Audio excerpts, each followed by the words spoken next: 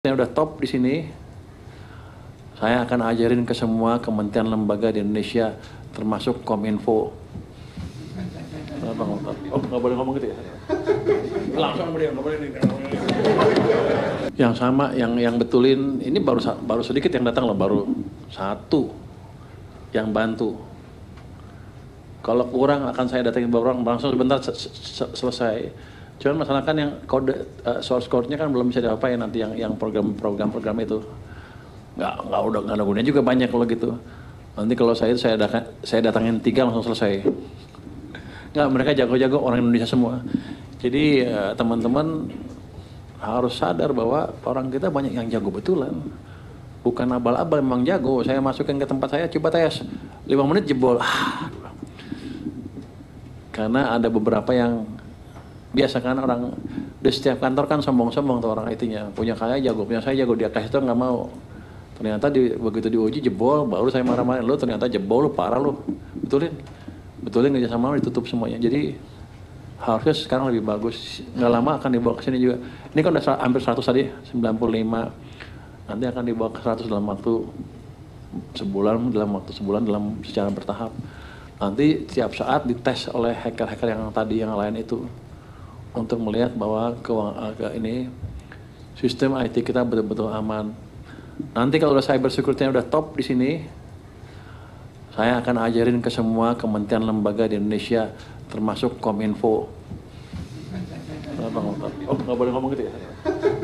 Langsung beliau, nggak boleh. Enggak, kan sering bobol kita tuh katanya perbankan, kita ajarin juga nanti dari sini. Waktu di LPS saya udah tawarkan teman, LPS bukan leading sector kan, kalau keuangan kan bisa masuk ke pemerintah. Nanti makanya teman-teman IT di keuangan ini sekarang lagi belajar keras untuk meningkatkan kapasitinya, kemampuannya. Jadi nanti saya harapkan kan setahun 2 tahun lagi sistem keuangan Indonesia nggak akan gampang dihack lagi seperti sekarang ini. Mungkin itu, usah baca ini. Sisi sebelah kanan. Ini saya laporin sedikit tentang lapor Pak Purbaya. Progres penanganan 10 ya, LPP ya. 10 lapor yang kemarin. Jadi lapor LPP per 20 Oktober pukul 8 pagi yang masuk melalui WhatsApp LPP sebanyak 28.390. Oh, ternyata melambat ya growth-nya ya. Gini gitu, melambat growth-nya ya. Sudah diverifikasi sebanyak 14.025 laporan, ada 722 aduan, 353 masukan, 432 pertanyaan, 12.000 lain-lain. Ini sedang dalam proses verifikasi sebanyak 14.365 laporan, telah diverifikasi untuk ditindaklanjuti sebanyak 437 laporan, yang terdiri dari 239 masalah DJP dan 198 DJBC. Wow, berbalik sekarang. Tindak lanjut aduan pada periode 17 Oktober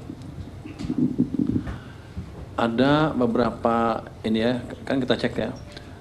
Ada aduan yang tidak benar, yaitu tidak benar bahwa bea cukai nongkrong, yang saya bilang nongkrong di Starbucks tiap hari, ternyata bukan bea cukai. Coba kasih fotonya, ada gambarnya ada nggak?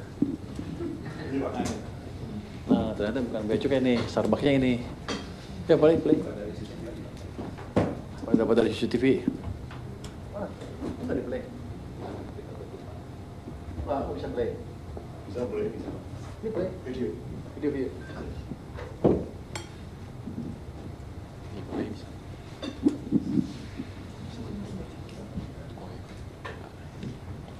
Ya, ini videonya ya.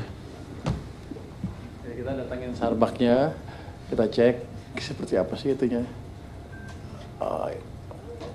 Ternyata bukan orang masih. Ini video lain kali lo. Ini yang betul. Jadi bukan orang bea cukai ternyata. Terus yang kedua juga tidak benar ada pungli kantor wilayah Tanjung Pinang. Laporan tersebut ternyata tentang pajak daerah. Ada lagi tidak benar bea cukai Marunda meminta pembayaran tidak resmi denda cukai. Lu kalau bikin kayak gini orang nggak percaya, semuanya tidak benar. Ada yang benar nggak? Ada yang benar. Tidak benar pemeriksaan jalur merah bea cukai memakan waktu lama. Pengadu tidak bisa, yang kedua, pengadu tidak bisa dikonfirmasi namun akan dilakukan pendalaman lebih lanjut. Yang pertama, dugaan penjualan kembali pita cukai di Madura. Kalau gini gue nggak bisa ceritain, benar hasilnya begini. Ada di detailnya di Dugaan pemberantasan rokok ilegal bea cukai Tanjung Balai Karimun. Ini nggak bisa dikonfirmasi ya.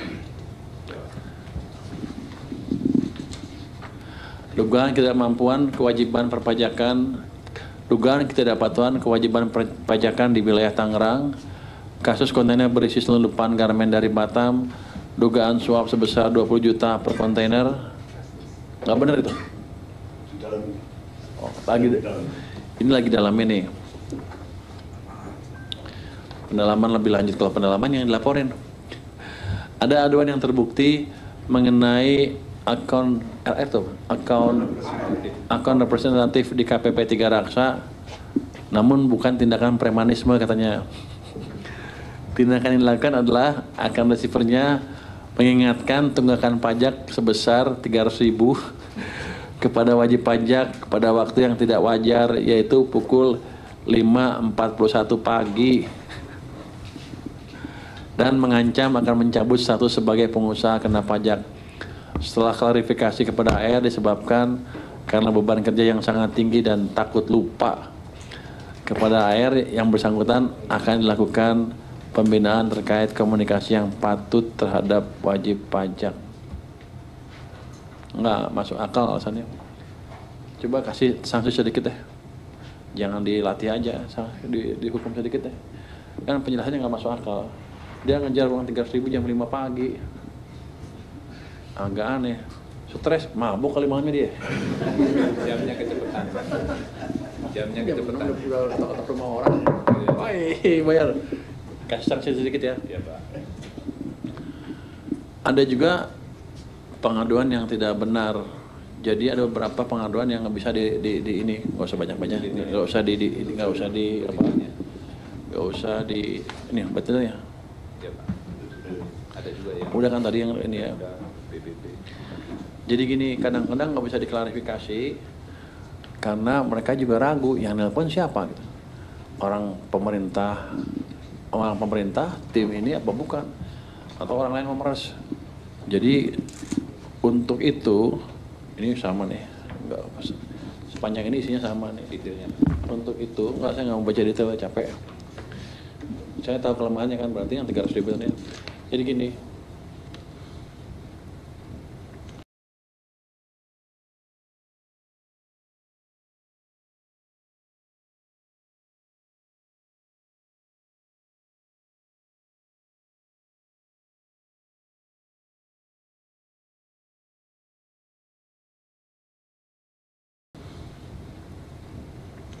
Oh, yang baru ya? Ini yang baru nih. Iya. Gini, untuk itu gini. Untuk itu, saya lupa kasih tahu waktu itu adalah nomor kontak yang akan melakukan konfirmasi ke pelapor itu harus clear. Nanti nomornya tolong disebutin ini. Ini. Ya, itu udah ada ya. 0815 9966 662. Kita akan melakukan konfirmasi pakai nomor ini. Jadi kalau di luar nomor ini nggak usah diangkat kalau untuk itu ya, kecuali temennya ya. Kalau nggak diangkat temen itu. Jadi kalau Anda mereka ngirim laporan ke saya, kalau yang nanya tentang laporan itu bukan nomor ini, jangan dijawab, jangan dipercaya. Jadi kita akan hanya melakukan pakai nomor tunggal ini, biar orang nggak takut.